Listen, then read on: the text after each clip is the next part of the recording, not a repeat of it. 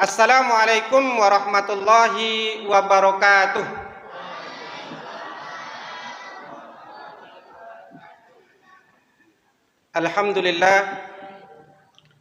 Alhamdulillahillazi arsala rasulahu bil huda wa dinil haqq liyuzhirahu 'ala dini kulli wa kafa billahi syahida.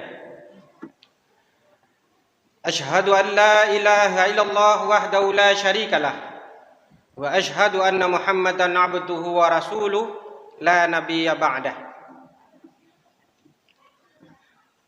Pertama-tama, marilah sama-sama kita panjatkan puji dan syukur kehadirat Allah Subhanahu wa taala yang senantiasa melimpahkan rahmat, nikmat dan karunia-Nya kepada kita semua. Terutama nikmat iman, nikmat kesehatan. Dengan iman, dengan sehat tersebut kita dapat mudah-mudahan insyaallah menunaikan sampai ibadah tarawih dan witir nantinya. Amin amin ya rabbal alamin. Kemudian salawat dan salam kita mohonkan kepada Allah untuk disampaikan kepada junjungan kita Nabi Muhammad Rasulullah sallallahu alaihi wasallam yang telah berjasa membawa umat manusia dari lembah kegelapan kepada lembah yang diterangi oleh nur ilahi. Bapak-bapak, ibu-ibu, adik-adik, kaum muslimin dan kaum muslimat yang saya muliakan.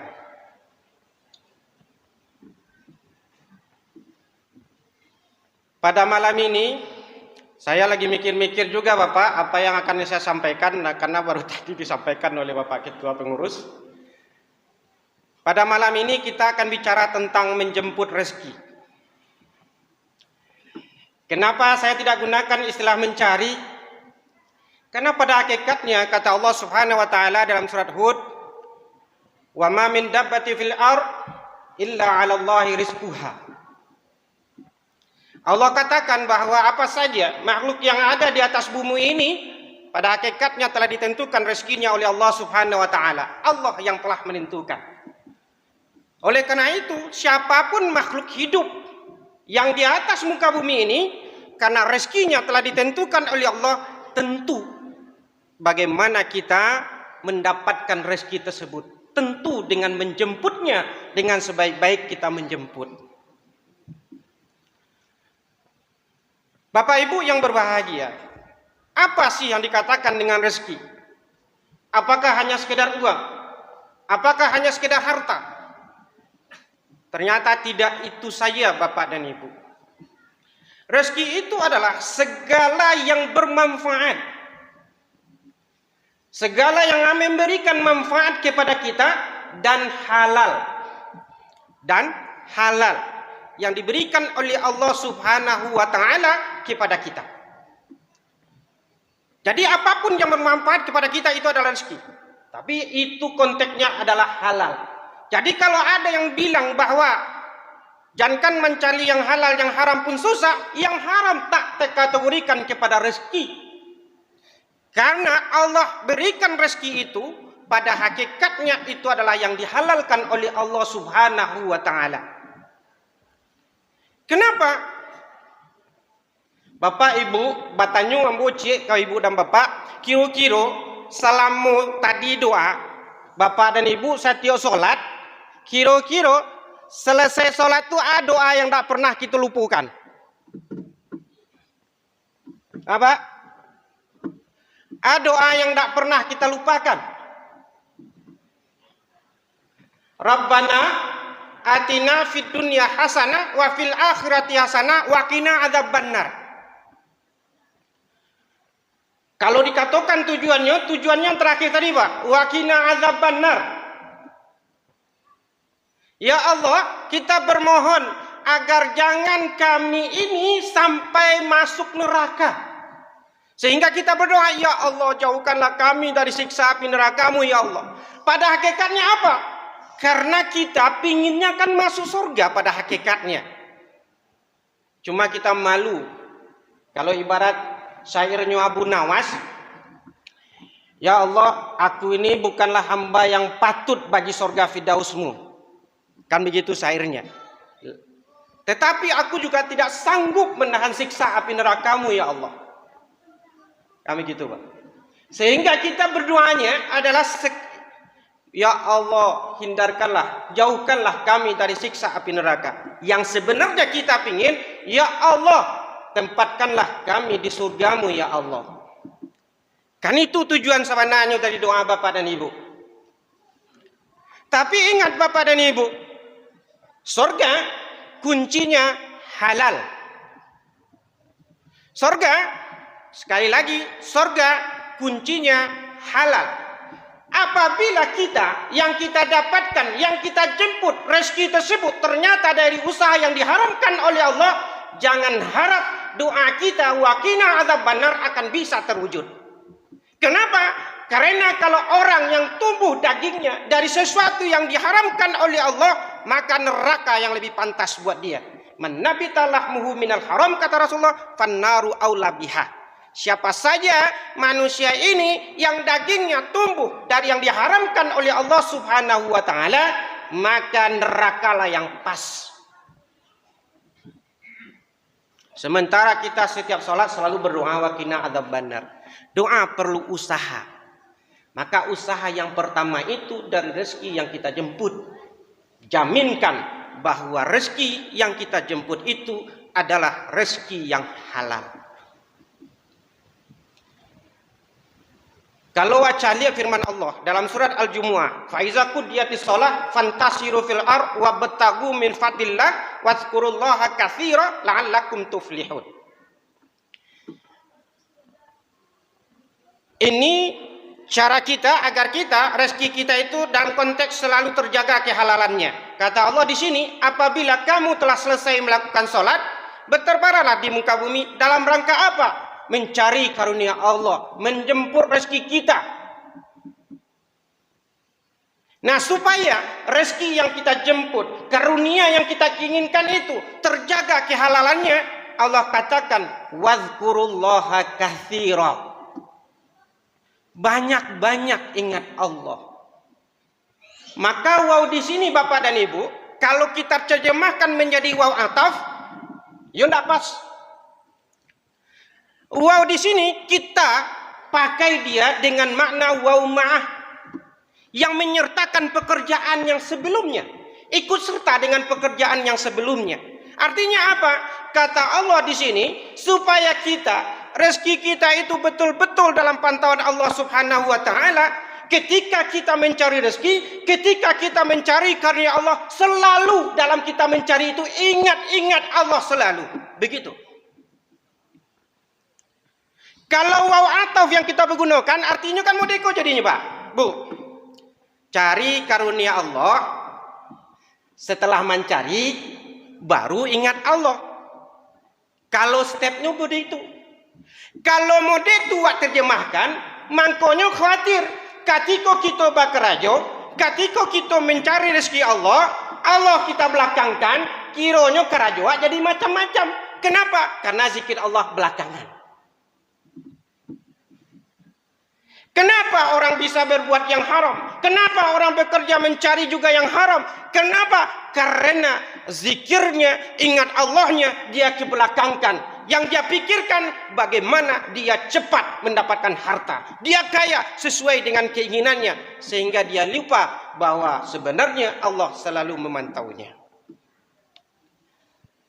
Makanya kita Bapak dan Ibu, ketika kita bekerja, pegawaikah, petanikah, pedagangkah, maka dalam berdagang, dalam bekerja, dalam bertani, selalu kita kerja. Ketika kerja itu selalu kita ingat Allah banyak-banyak. Mudah-mudahan yang kita dapatkan betul-betul selalu yang halal. Sehingga dengan yang halal kita makan yang pertama itu, mudah-mudahan memberikan jaminan menjadi pintu kunci kita untuk mendapatkan surganya Allah Subhanahu wa taala yang selalu kita rindu-rindukan. Bapak Ibu yang berbahagia. 20 menit ya, Pak.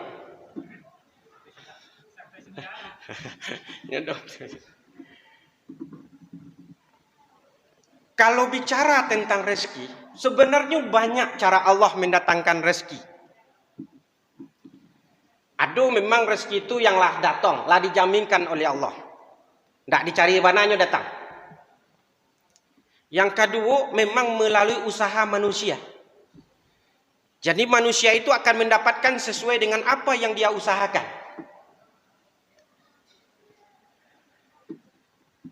Ini yang sering itu yang ini saja Bapak dan Ibu. Yang banyak manusia itu terlena mencari rezekinya dalam rangka menggunakan usaha saja. Dia mengandalkan kemampuannya. Sehingga nyo pentang pantiang, karajo siang malam, pai, alun anak jago lenyola pai mencari rezeki, menjemput rezekinya. Ala lalu anak barunya tiba pulang. Lah jarang bertemu keluarga. Karena dia berpikiran bahwa rezeki Allah itu harus selalu diusahakan, dikejar.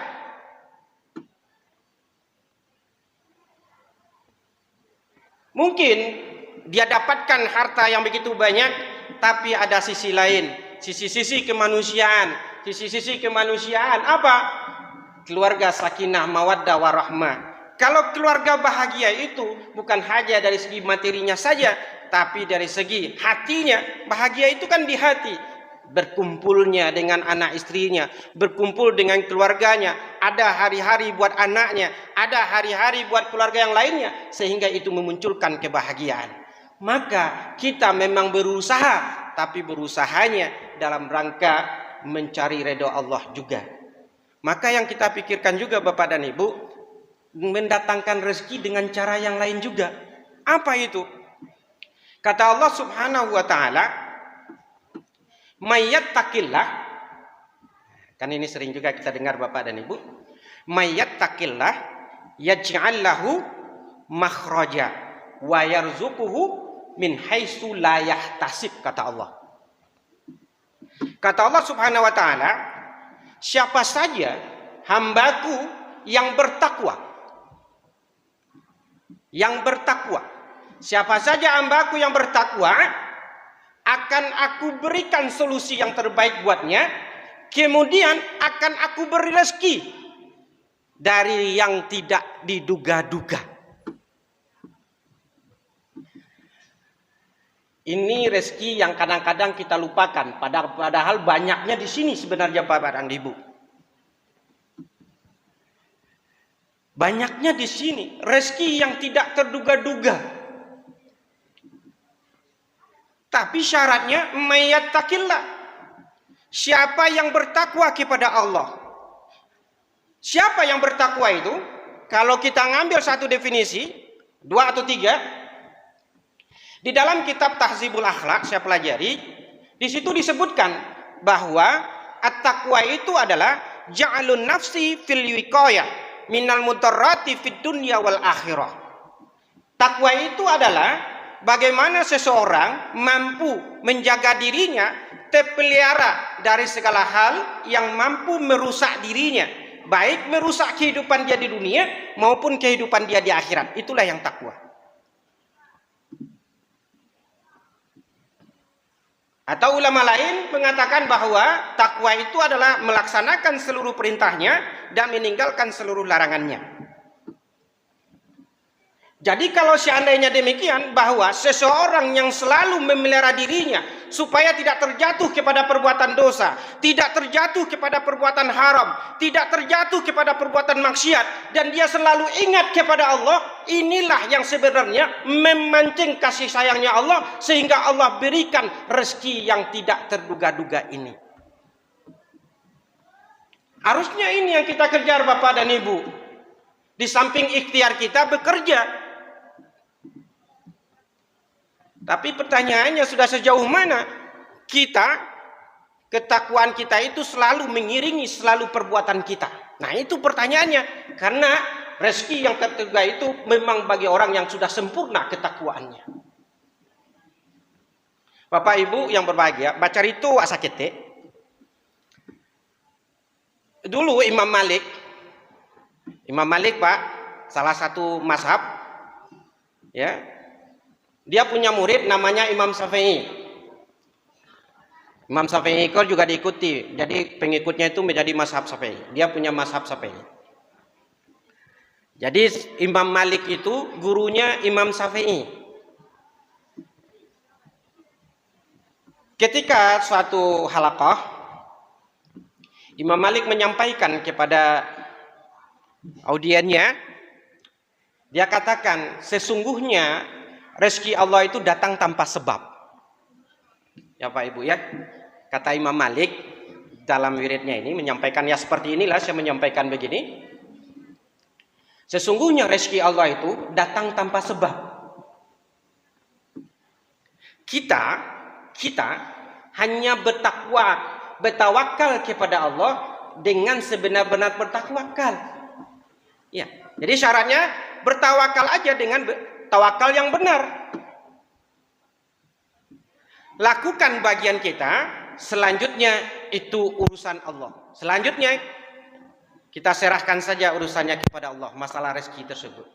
Lakukan saja bagian kita, yang selanjutnya kita serahkan kepada Allah. Pada saat itu Imam Syafi'i memproteslah, ibarat katanya mengkritisi. Imam Malik berbicara demikian berdasarkan perkataan Nabi yang intinya adalah, kata Nabi, jikalau kamu bertawakal kepada Allah dengan sebenar-benar bertawakal, dengan bertawakal yang benar, maka Allah akan berikan rezeki. Allah akan turunkan rezekinya. Sebagaimana Allah memberikan rezeki kepada burung yang dia terbang dalam keadaan lapar, pulang dalam keadaan kenyang. Nah, ini hadis yang diambil oleh Imam Malik. Makanya Imam Malik bilang, lakukan saja bagian kita, selanjutnya kita serahkan kepada Allah Subhanahu wa taala. Maka Syafi'i bilang, wahai Syekh, kalau seandainya burung itu nggak keluar, nggak terbang dia mencari karunia Allah, mencari rezeki, mana mungkin dia akan bisa makan. Nah, ibaratnya begitulah.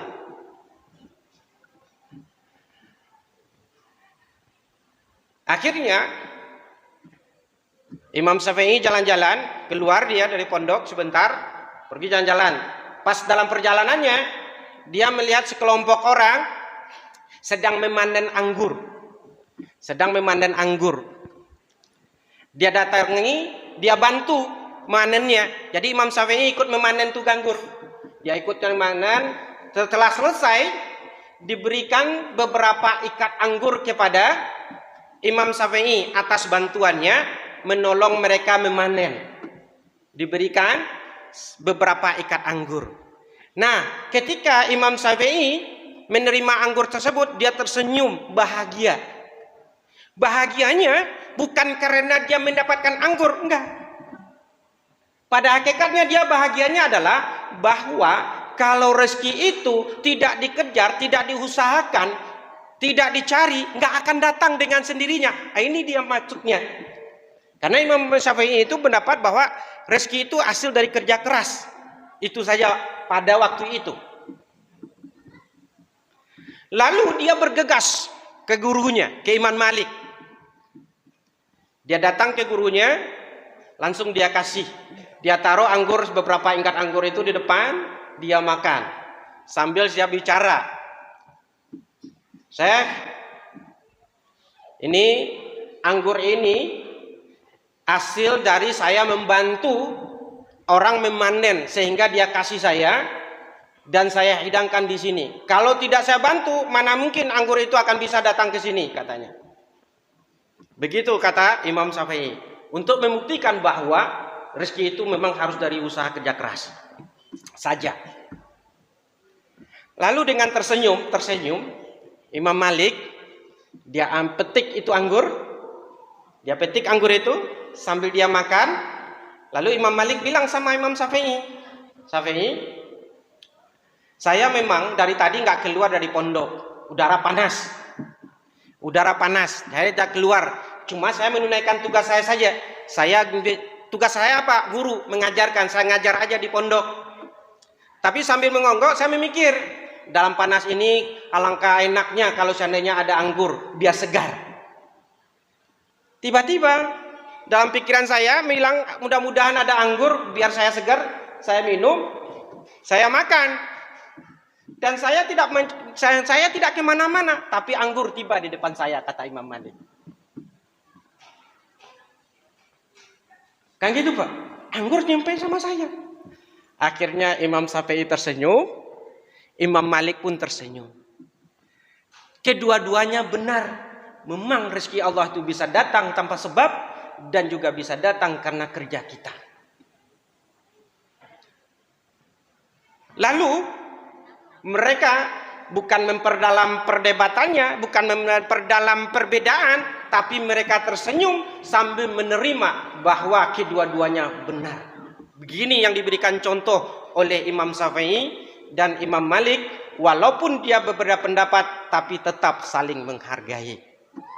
Ini rezeki yang kita dapatkan tanpa sebab, dan itu karena ketakwaan kita kepada Allah. Dan ini sebenarnya yang harus kita usahakan juga semaksimal mungkinnya.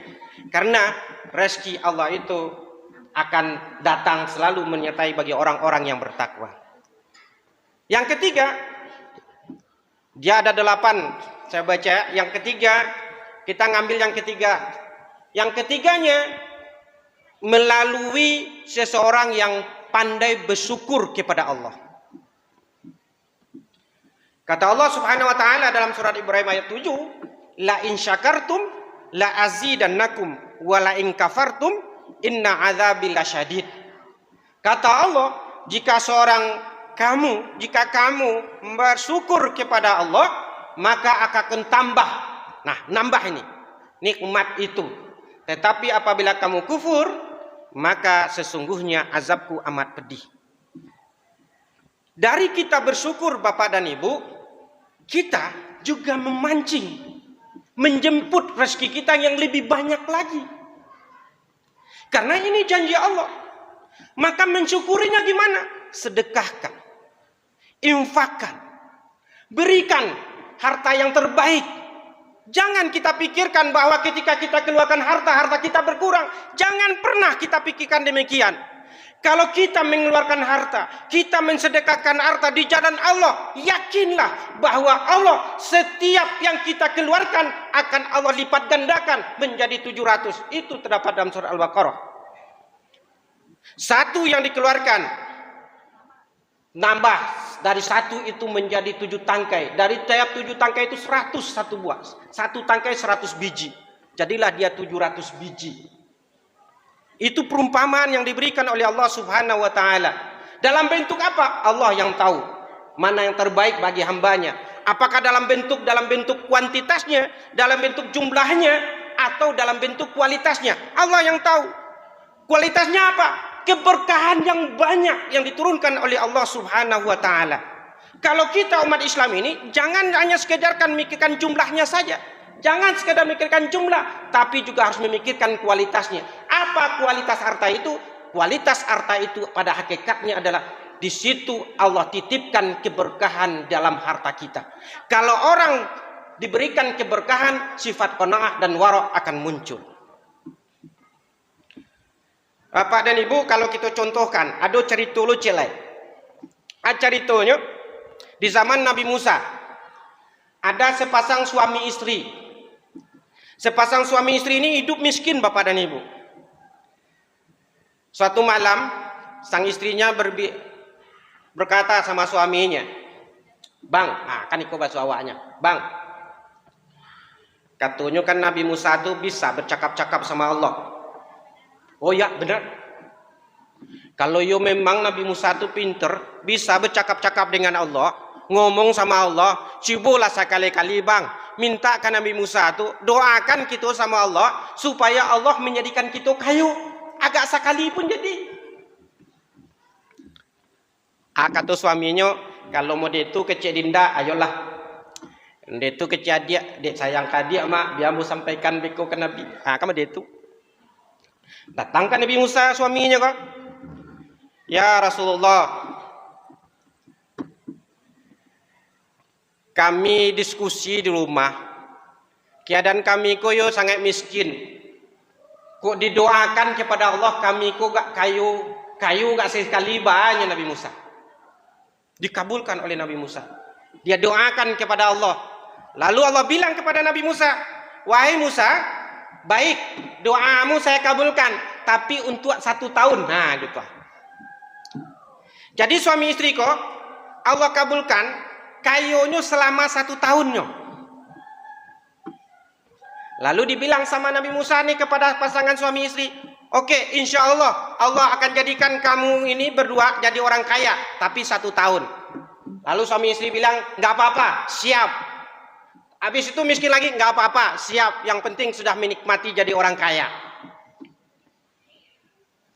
Lalu apa yang terjadi? Nah, tadi rezekinya min haitsulah yahtasib tadi, karena suami istri ini adalah orang yang bertakwa kepada Allah, Allah datangkan berbagai rezeki daripada yang tak berpintu tersebut. Jadilah dia kaya mendadak. Langsung kaya mendadak, Pak. Kalaulah model itu. Jadi kaya mendadak suami istri ini.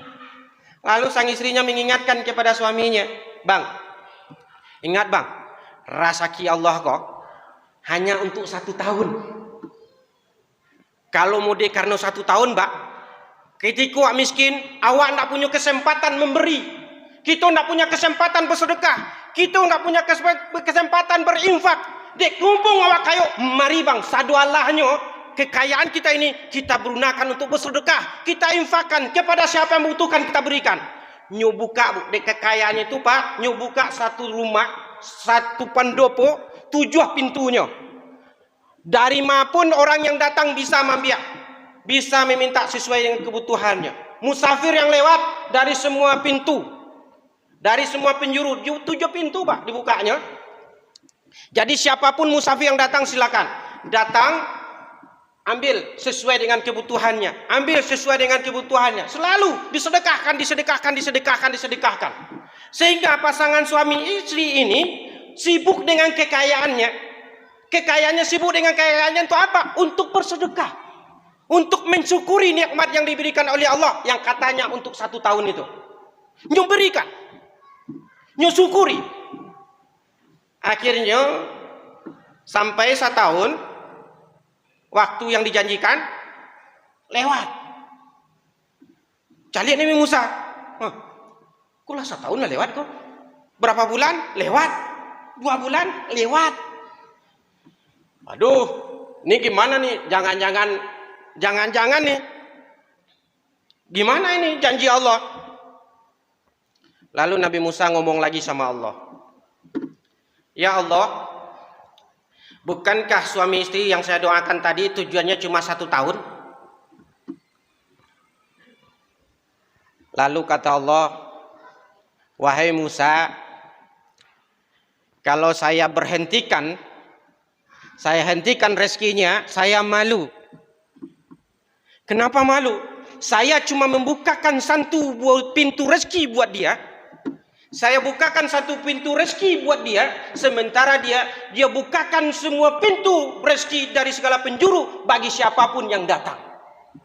Karena dia syukuri, dia bersedekah, dan kepada siapa yang dia butuhkan, maka aku gak tega, malu untuk menghentikan rezekinya.